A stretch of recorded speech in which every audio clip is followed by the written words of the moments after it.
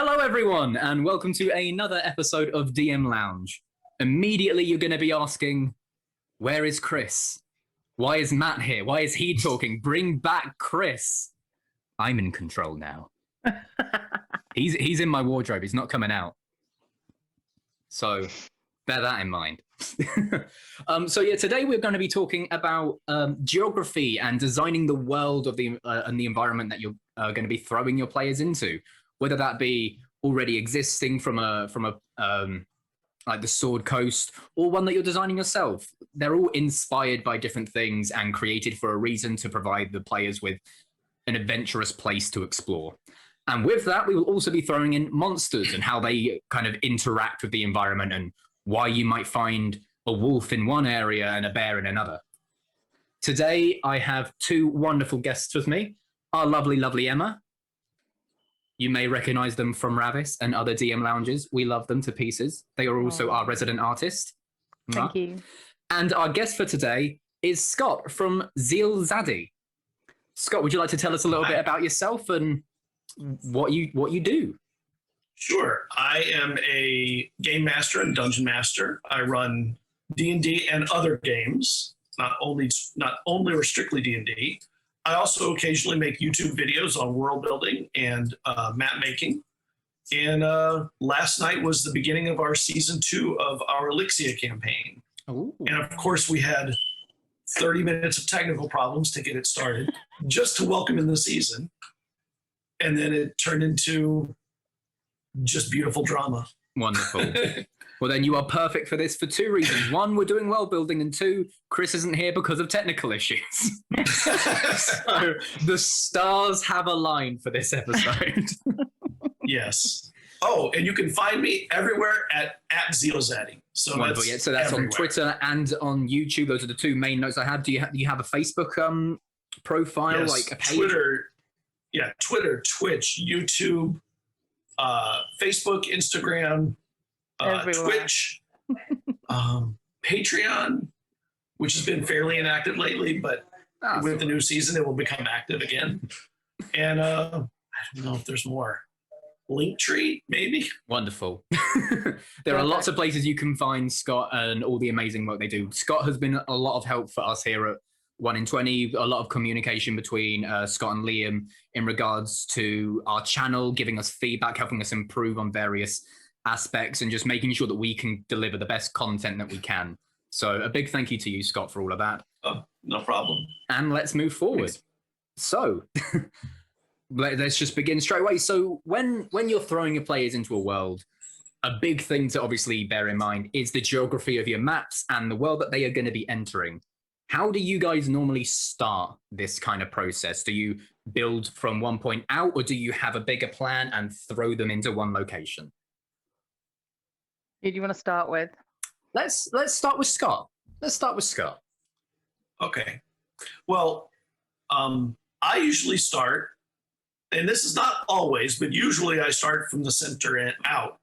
So if I'm planning, it's weird. I often cast before I start building, which is a really weird thing to do, because I want to know from my players what kind of a world they want to play in. I don't really say it in those terms, but those are the notes I'm taking when I'm casting. And from that, I start building from the inside. You can start as small as an inn or a restaurant or a town. And there's a YouTube video I had created that you can find on my channel that is about this. It's starting from the middle. And as long as you stay a little bit ahead of the characters, they will never know that there's an entire world that's not built yet. Just blank. All they need is the illusion that there's outside that veil, there's a whole big world.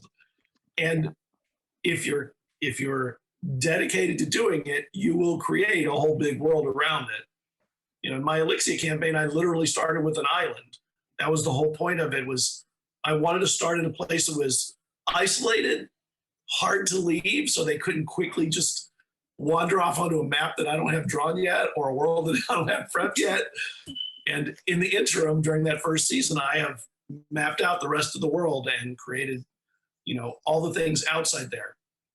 That said, I often, though, have ideas written down on things like gods and religion and politics, even like nation state ideas without having the geography of the nation set yet.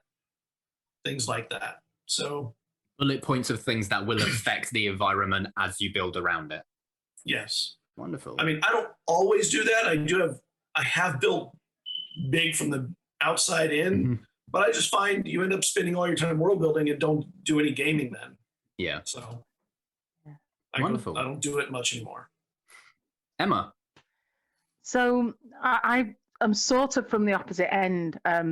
Ish. I like to have an outline of the world. I like to build a map, and I'm quite picky and old-fashioned. I like to try and put mountains where I think mountains would generally be, and to put rivers starting in the right place and flowing to a sea, and all of those things that people look at maps and go, "That's just wrong."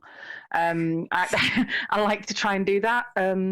I will sometimes steal bits of the real Earth and tweak, twist, invert, turn upside down, take chunks of. Me too, by the way. Yeah, it gives me really good ideas where those mountains are naturally going to form, and what that's going to look like. So I usually start with that. I start with coastlines, I start with mountains and rivers. And from that, I will then start looking at general sort of, like you said, biomes almost. So, if you've got mountainous with rivers in there, it's probably not going to be a desert on the whole, so you sort of start to think about where things are. I also then start thinking about heat, I suppose. So are the mountains colder than the south? Is that actually how that world works? Maybe it's warmer in the north. And I'll plot those big things out, and then I work down to where are the cities, where are the roads. Once I've got that, though, I stop, because Scott's absolutely right. I could literally do nothing but world building if I'm not careful. So I will normally get to that level, and then I'll pick a place and go real deep dive in that one place, and then start building out from there.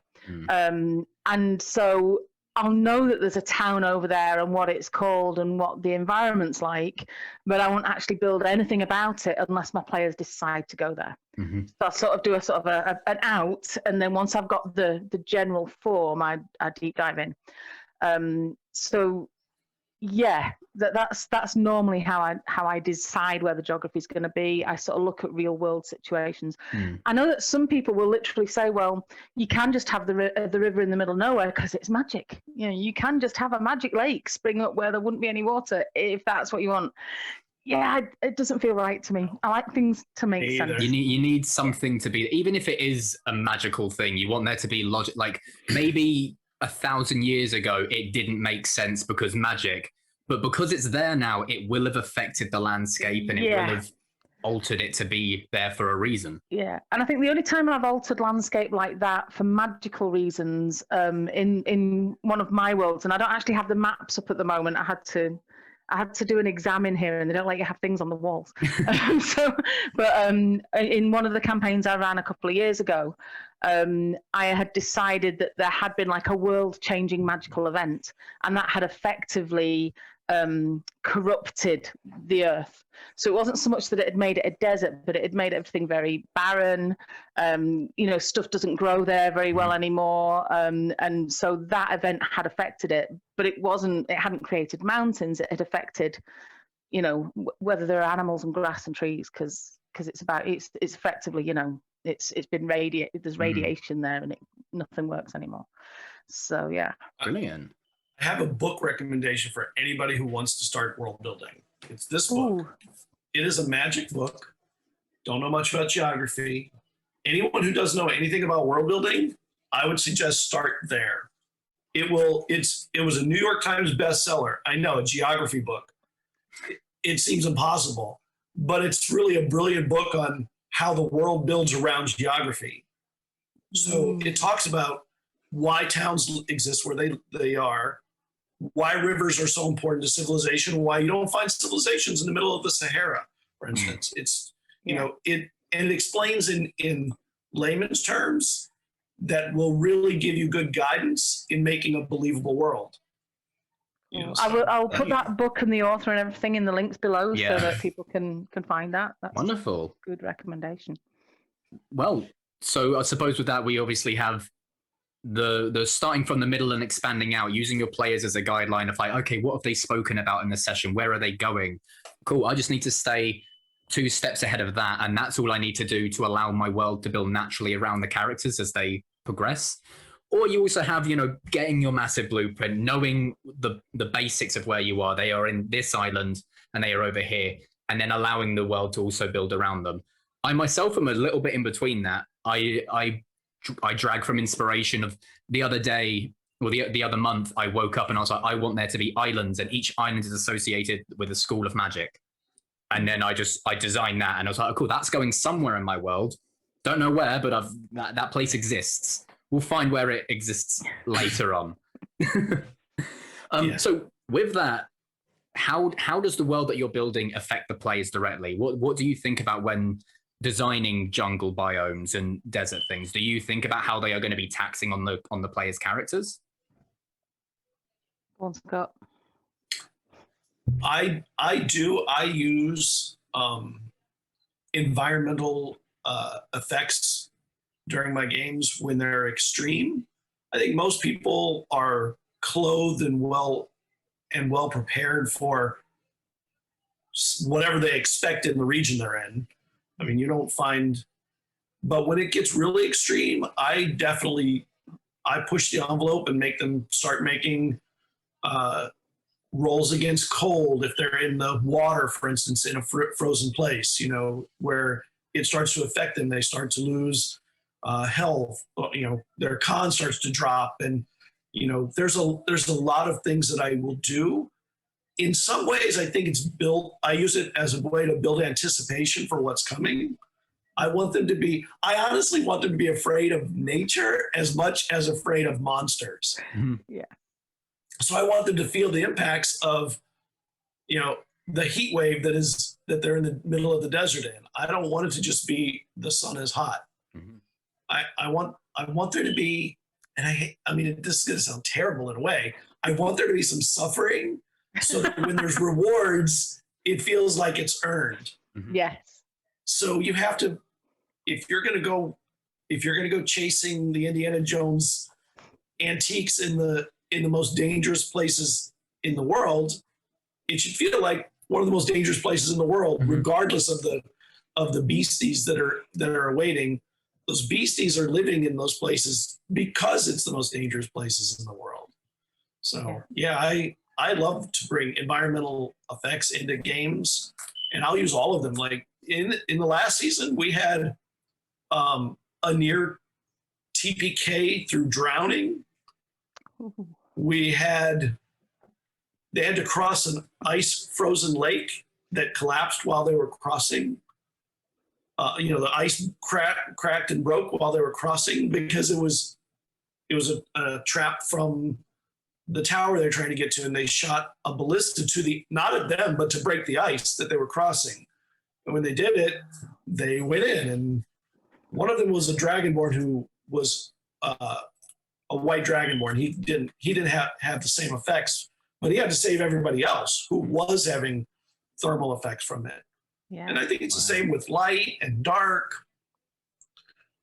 heat, obviously, cold, water. I mean, anything that could kill you should feel like it could kill your characters.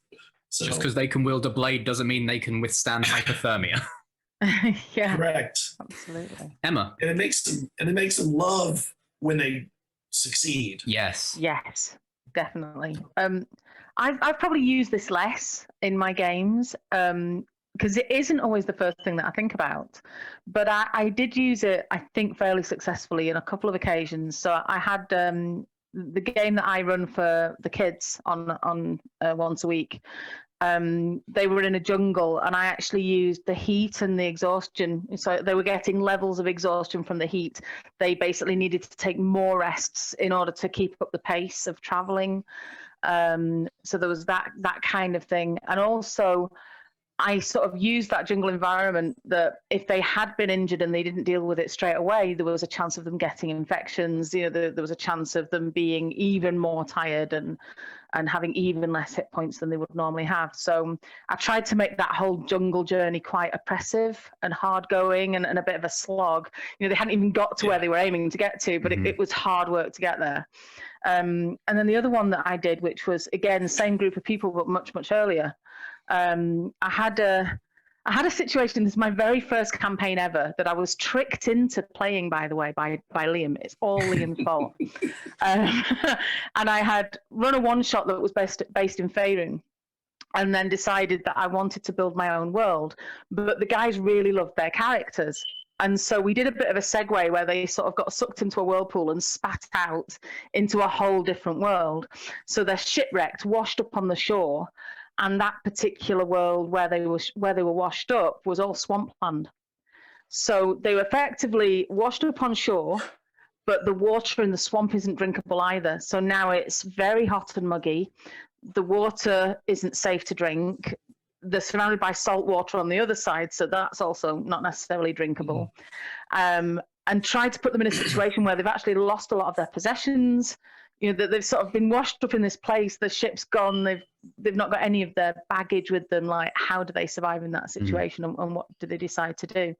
So that was quite interesting. I'll admit to having, not done so much with it since then, but it was really good to see how they tackled that, and especially as kids, because the kids just want to kill things. They're not really. If I throw a storm at them at sea, they're in a mad panic that's not really a storm, that there's a kraken or there's some kind of monster or it's a magic thing. And I have done that as well. I just threw a storm at them, and they panicked for half an hour. Whether they see it or not, that is what makes the storm. Yeah, but they were in such a panic that there was some monster somewhere they had to fight, because that's what they think of when something horrible happens. There's danger, so there's something that must be defeated. Yeah, right. Wonderful. It's definitely something I want to introduce more, I think. So from this, we can obviously tell that environmental storytelling is just as important sometimes as monster stories or the quest on the bounty board. Sometimes you can learn a lot from the environment that surrounds you, but of course that can be quite intimidating for first-time DMs.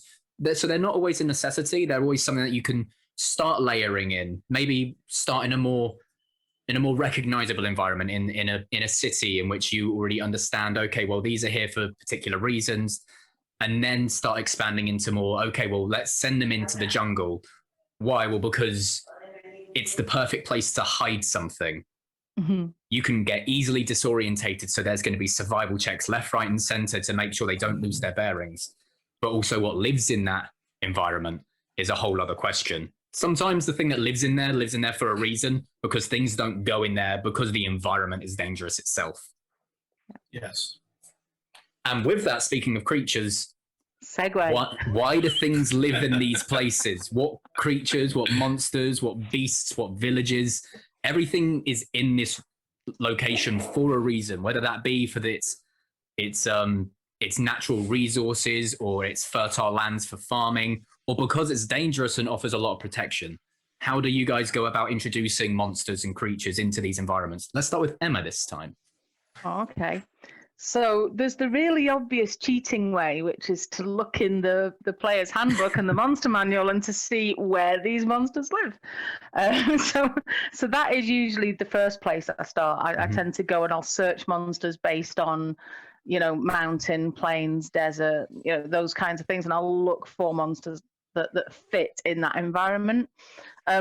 Sometimes I'll just pick a monster that looks cool and then see if I can come up with a reason for why that monster would be there. If it's something that shouldn't be there, is it because somebody's taken it there and imprisoned it, or somebody's almost transplanted it from where it should be and now it's in this place that it's not familiar.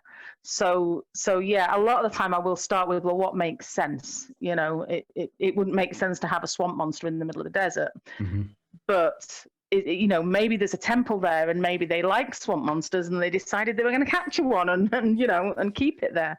So I do try and fit things to environments, but yeah, sometimes I just see a monster when I'm flicking through and I think they'll hate that. I'll use that one. Becomes a guideline. The environment invites you in, and then you can throw whatever you like at it. Exactly. Yeah. Wonderful. Short Scott. answer. I have a different take on it a little bit. I do want them to be logical. I want them to feel like they fit. But I think there's really two kinds of monsters. There's natural and supernatural monsters, or extra natural monsters. If I'm making a giant wolf, the expectations are kind of that it's going to live where wolves would live. If I'm making but if it's a displacer beast, it's sort of a different, it's a different, although it's an animal or a beast, it's in a different kind of position because it really is capable of showing up in almost any environment. There was a book called After Man that was a really good book on kind of understanding the evolution of creatures in places that aren't Earth. I think it was the beginning of what's now become called cryptozoology, which is the idea of, what happens after man, and if we disappear, what happens to the world, or in the universe, where would things live? That combined with The Monsters Know What They're Doing, which is a great book and website. I don't remember the author's name, but really gets into why does it live there? Yeah. Yes. And what are the benefits of it living there? Because if it lives where it is because it's made to live there. And in most cases that applies to 80 or 90% of the creatures that you're going to run into. Then there's ones like devils and demons and ghosts. I mean, a ghost could be anywhere. A ghost could be in the middle of the desert. Yeah. All it takes is somebody dying. So in cases like that, I really do try and I try hard to make sure they fit where they live. If you go into jungle, it's going to be full of life. But that also means it's going to be full of threats. Mm-hmm. If you're in the desert, the threats are rarer, but they're made to make sure the kill is fast because they cannot wait for the next meal. So I always look at it like that. If you're in the jungle, there's just an enormous number of dangers. If you're in places where you're more isolated, the dangers aren't as common, but they will often use things like poisons or something to take out prey so quickly that there's little risk of losing the prey. And you see that in real life. I mean, animals that hunt in the desert, they don't pick and choose. They take whatever is there because they don't know if there's another opportunity.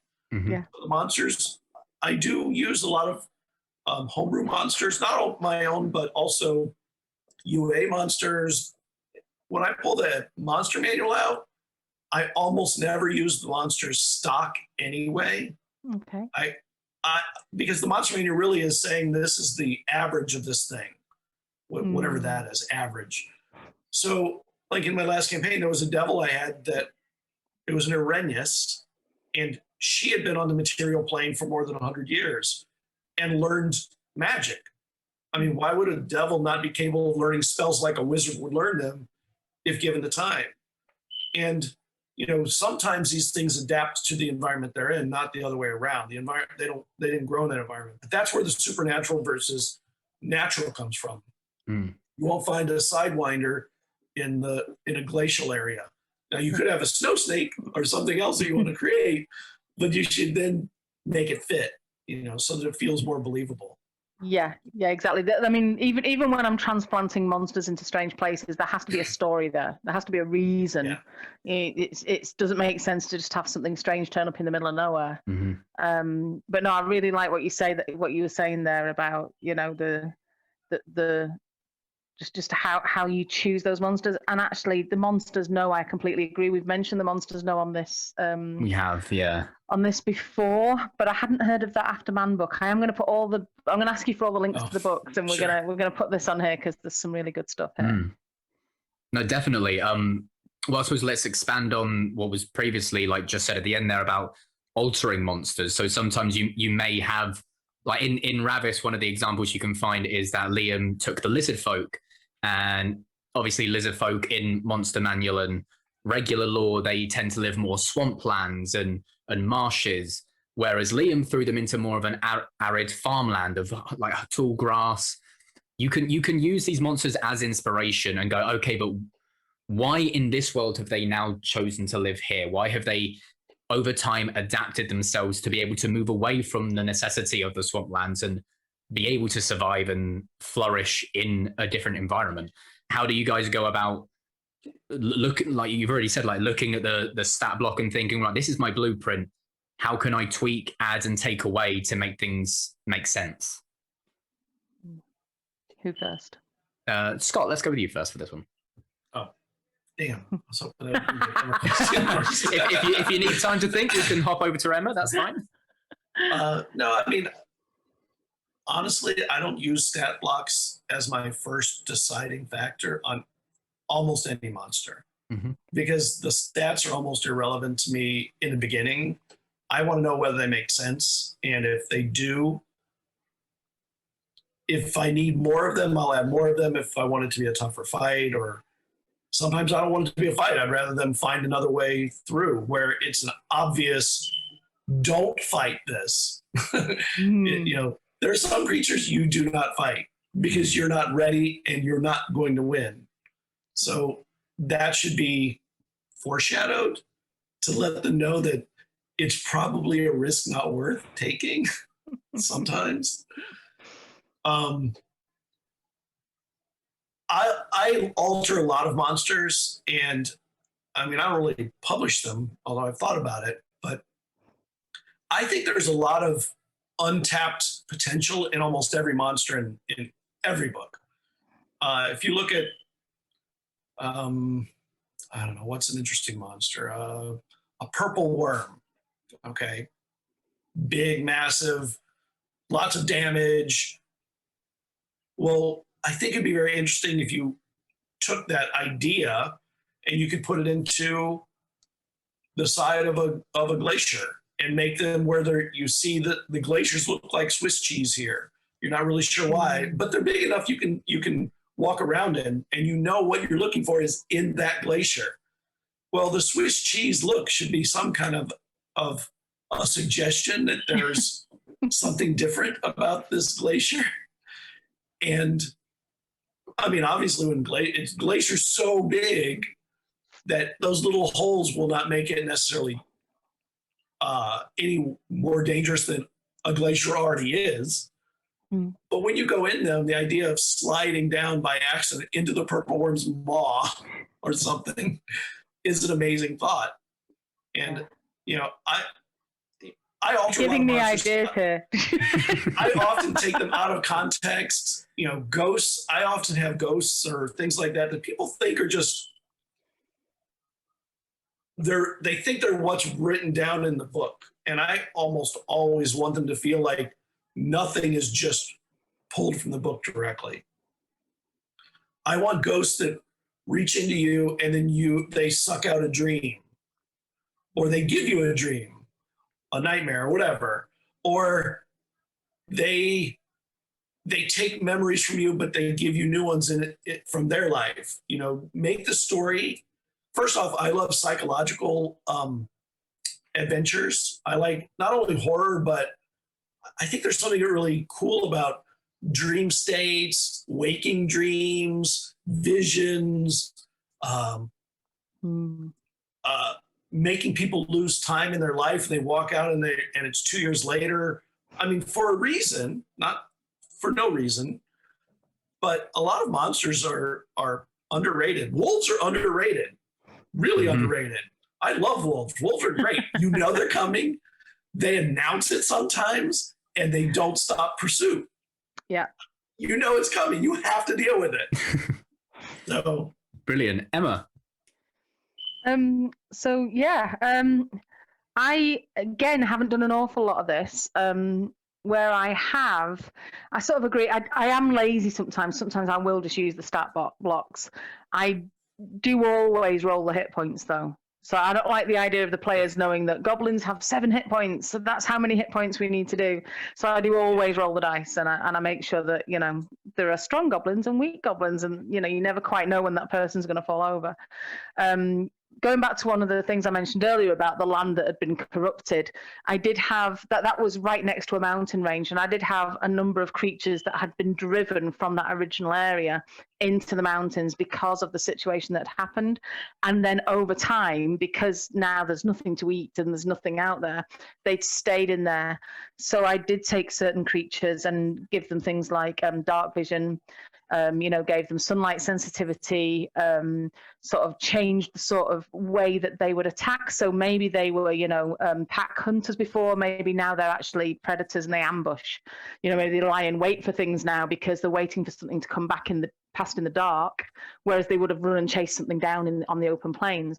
So I have changed that kind of thing. It tends to be more around the behavior and the setup, I suppose, of the encounter, as opposed to, I haven't always done lots of physical changes of the monster, but definitely of like, well, why would they be here? Well, how would they, would they just walk up and attack, or would they sit and wait? Would they hide? How would they behave in this different environment? And I suppose that comes down to how long they've been there as well. Have they adapted to it, and how well have they adapted? So yeah, I have done that kind of thing. Slightly off topic, and not with monsters, but I have also created homebrew sort of races or sub races in the past. So I did have, in these same mountains, I had a set of dwarfs who, if you imagine a bit like the Norwegian fjord, that was sort of the design, and they'd lived on these fjords. So I actually gave them slightly different abilities to give them the idea that they're pretty much living on the sea. Yeah. So that they're not sea dwarves like sea elves. They can't, breathe underwater, but they're a lot more agile than they would be. They're used to being on boats, to, swinging from the rigging. They've developed different abilities. And I actually took that from, I think it was Blue Planet. I think it was something like that. And it was talking about there are people in the world who've developed the ability to hold their breath for incredibly long periods of time. And they pretty much just live on the sea. On rafts and on like houseboats and things, and they dive down to collect pearls and stuff from the bottom, and they hunt. So that gave me that idea of actually, so humans can adapt as well. Maybe not in the same way that we think animals do or monsters do, but maybe our playable creatures, playable races are also able to interchangeable. You can adjust them, whatever makes sense best for your world. Exactly. Yeah. Brilliant. Well, yeah. So as a summary there, the only limit is your imagination. If you can find a reason for it to work in your world and you want it to work, then do it. There's no limitation. As it says as soon as you open the Dungeon Master's Guide, one of the first things it says is, this is not a rule book, these are guidelines. If you don't know how something works, look here for inspiration until you figure out how you want it to work in your game. Nothing in any of the printed books is there to be rules as written, this is the be all and end all of all monsters and creatures. If you want to take away some abilities and add some of your own, do it, because this is a game that you're designing to be fun and engaging for everyone at the table. Every now and then, if you're playing with some experienced players, you may have that person who knows the AC of a frost giant, but this frost giant is, underneath his furs, he's got some metal armor on there. His AC's higher. He's prepared. The only limit is your imagination, as with a lot of games that involve storytelling. Yeah, hopping on that, where Emma made me think of something. There's a book out called Ancestry and Culture.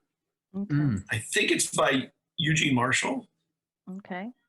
It is a book all about the mixing of the races, the game races. God, that sounds horrible the way that came out. Like it separates race from culture, and it says don't use race as the basis outside of some pretty pedantic physical constructs. Yeah. And he goes over things like, okay, so you want to play a halfling, half dragonborn. Let's see how that would work. Yeah. And it's really a great guidebook on eliminating the idea of the race construct and turning it into a culture and ancestry construct and building yourself from that. It gets rid of things like why are goblins low intelligence? It's offensive Yeah. and probably rude in many contexts, and says eliminate that. Instead, let's talk about the things that would pertain to a D&D game and don't really feel connected to so much to real world biases. So I think it's a terrific book, and definitely worth looking into if you're interested in homebrewing your own races. It's brilliant. Wonderful. That sounds phenomenal. That definitely sounds like an interesting book that I would love to read. So I'm probably going to be purchasing that. Yeah, like this all rounds back to one of the same things that I've managed to summarize from nearly every single question in environmental storytelling can be one of the biggest steps forward that you can do. It doesn't always have to be there's an elf tribe over there and a human tribe over there, because already you're limiting yourself to the idea of physical differences. You can do things like, okay, well, there's an Arctic tribe over there and a desert tribe over there. Throw in everything you can and think about how the environment itself, how those people have pulled together and become that community to make themselves stronger and stand up in that environment and become a powerhouse. That's why the town is still standing. It's managed to survive for that long. Why? Yeah. Yep. Definitely. Wonderful. Places are there for a reason. Exactly.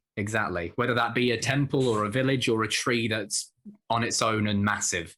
Why? Well, just that this is the only water source for miles. Mm-hmm. It can be as simple or as extravagant as you wish it to be in your world. Yep. Wonderful. Well, I feel like that's what we've kind of like hit all the bullet points there. Thank you, guys. This has been an absolutely phenomenal conversation. So I will again thank you, Emma, and thank you, Scott, for both joining us. Scott, once again, if you'd like to give us all of your links and your @s of where people can find you. Sure, you can find me. It's actually not me; it's two of us. There's I have a partner in Zeal Zaddy named Cliff. Although during the pandemic, he's more traditional and a little less used to Zoom and Discord and all the tools around it. But you can find us at Zeal Zaddy on Twitter, Instagram, Facebook, Twitch, Patreon. There's so many of them now. YouTube. Yes, YouTube. Oh God. Everywhere. Wonderful. We'll make sure it's Zeal Zaddy everywhere. We'll make sure to put as many links as we can. The link tree is obviously a great one because you click on one link and it brings you all of them. Yeah, I love. We'll make sure to put as much as we can in our comments. And obviously, you know where to find us here at 1 in 20 TTG. Yeah. So again, I love 1 in 20. Thank you very much. It's an absolute pleasure to hear that. Well, take care. As we always say here at 1 in 20, goodbye, we love you, and roll well. Bye. Bye.